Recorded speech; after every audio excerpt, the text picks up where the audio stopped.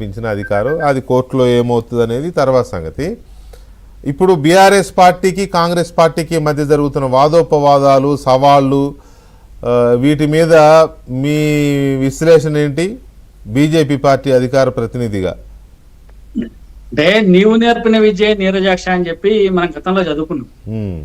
గతంలో అప్పుడు BRS party ఎట్లా చేసిందో ఇప్పుడు కాంగ్రెస్ పార్టీ అట్లా చేస్తుంది. గతంలో వైఎస్ గారు కాంగ్రెస్ పార్టీలో ఎట్లా చేసారో అట్లా బీఆర్ఎస్ పార్టీ కూడా చేసింది. అంతే అంతే. ఇందాక అప్పటి స్పీకర్ గురించి చెప్తే అప్పటి స్పీకర్ కూడా బహుశా ఇప్పుడు మళ్ళీ కాంగ్రెస్ పార్టీలోనే ఉన్నట్టున్నారు. దీంట్లో ఈ వారు కూడా పార్టిసిపేట్ అయి ఉన్నట్టున్నారు. అంటే పోచారం శ్రీనివాస్ రెడ్డి గారు కరెక్ట్ కరెక్ట్.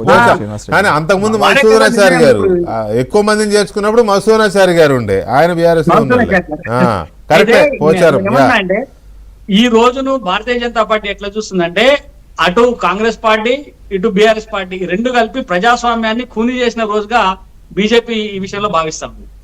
ఎందుకంటే స్పీకర్ నిర్ణయం ఇట్లుంటుంది. గతంలో మనం ఒకసారి ఇదే ఏబిఎన్ డిబేట్ లో పాల్గొన్నప్పుడు నిర్ణయం ఏమొస్తుంది అనేది స్పష్టంగా చెప్పినాం. నిర్ణయం ఇదే వస్తుంది అని చెప్పి కూడా స్పష్టంగా అందరికి అర్థమైంది.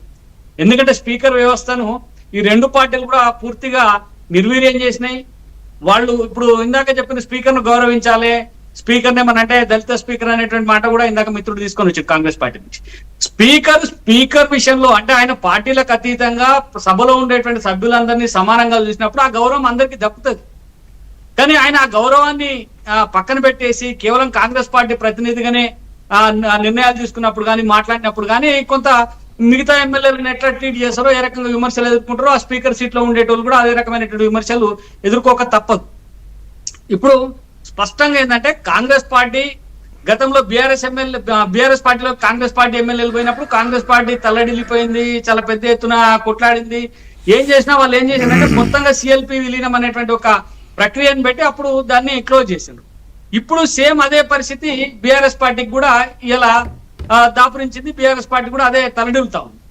కానీ ఇక్కడ గతంలో బీఆర్ఎస్ పార్టీ కాంగ్రెస్ నుంచి చేరిన ఎమ్మెల్యేలను టీడీపీ నుంచి చేరిన ఎమ్మెల్యేలను మంత్రులను చేసినటువంటి పరిస్థితి ఉంటే ఇవాళ కాంగ్రెస్ పార్టీ బీఆర్ఎస్ నుంచి చేరినటువంటి ఎమ్మెల్యేని కాంగ్రెస్ ఎంపీగా నిలబెట్టింది. ఎలాంటి రాజీనామా చెప్పిన అంటే ఏమాత్రం నిస్సిగ్గుగా ఏమాత్రం తేడా లేకుండా గతంలో బీఆర్ఎస్ పార్టీ అనుసరించినటువంటి అప్రజాస్వామిక తీరునే ఇప్పుడు కాంగ్రెస్ పార్టీ కూడా పూర్తిగా అనుసరిస్తుందిగా చెప్పుకోవచ్చు. ఇంకొక ఘోరం ఏంటంటే ఈ యాంటీ డిఫెక్షన్ బిల్ ఏదైతే తీసుకొచ్చిందో రాజీవ్ గాంధీ గారు కాంగ్రెస్ పార్టీ తీసుకొచ్చింది. కాంగ్రెస్ పార్టీ తీసుకొచ్చినటువంటి బిల్లుకు కాంగ్రెస్ పార్టీ తుట్లు పడుతున్నటువంటి పరిస్థితి ఎలా మనకు కనబడతా ఉన్నది. అయితే ఇది ప్రజలు గమనిస్తా ఉన్నారు. మీరు ఇందాక చెప్పింది మీరు అభివృద్ధి కోసం పోయినామని దాన్ని అప్పుడు మనం బీటీ బ్యాచ్ అన్నాం. బంగారు తెలంగాణ కోసం వచ్చినటువంటి ఒక బ్యాచ్ ఉంది. అది బీఆర్ఎస్ లో వాళ్ళదే పెత్తనం ఎక్కువగా ఉందని చెప్పి గతంలో బీఆర్ఎస్ పార్టీ ఎమ్మెల్యే చేరినటువంటి సందర్భంలో బీఆర్ఎస్ నాయకులు కార్యకర్తలు కూడా మదనపాడి తీవ్రంగా ఇబ్బంది పడేటువంటి పరిస్థితి మనం చూసినాం. ఇప్పుడు స్వయంగా మనకెవరు జగిత్యాల నుంచి జీవన్ రెడ్డి గారు ఇబ్బంది పడతా ఉన్నారు. నా మీద గెలిచినటువంటి వ్యక్తి వచ్చి నా పార్టీలో చేరి నా మీదనే పెత్తనం చెలాయిస్తున్నాడు. పార్టీ కోసం అహర్నిశలు కష్టపడేటువంటి నన్ను ముఖ్యమంత్రి గారు కూడా పక్కన పెడుతున్నారు. కాంగ్రెస్ పార్టీ పట్టించుకుంటలేదు అనేటువంటి వేదన మనం ఆయన బహిరంగంగా పత్రికలలో టీవీ ముఖంగా మనం చూస్తున్నాం.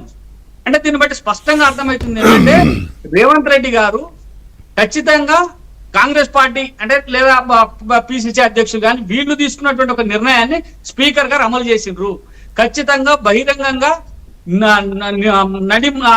మిట్ట మధ్యాహ్నం స్పీకర్ గారు ప్రజాస్వామ్యాన్ని హత్య చేసిండ్రు, కూని చేసిండ్రు అని చెప్పి చెప్పడానికి భారతీయ జనతా పార్టీ ఏమాత్రం సంకోచించడం లేదు. సంకోచించాల్సిన అవసరం కూడా లేదు. That is fact. సంకోచించేది ఏముంది, విచ్ ఈస్ ఫ్యాక్ట్. దాంట్లో సంకోచించేది ఏముంది క్లియర్ కనబడుతున్నప్పుడు. రైట్. ప్రసాద్ గారు ఒక్క నిమిషం అండి. దుర్గా ప్రసాద్ గారు నమస్కారం. గుడ్ ఈవినింగ్ అండి. Good evening. Good evening. మీ హైటెక్ పార్టీ మీరేమో సిగ్నల్ లేదు మీ దగ్గర.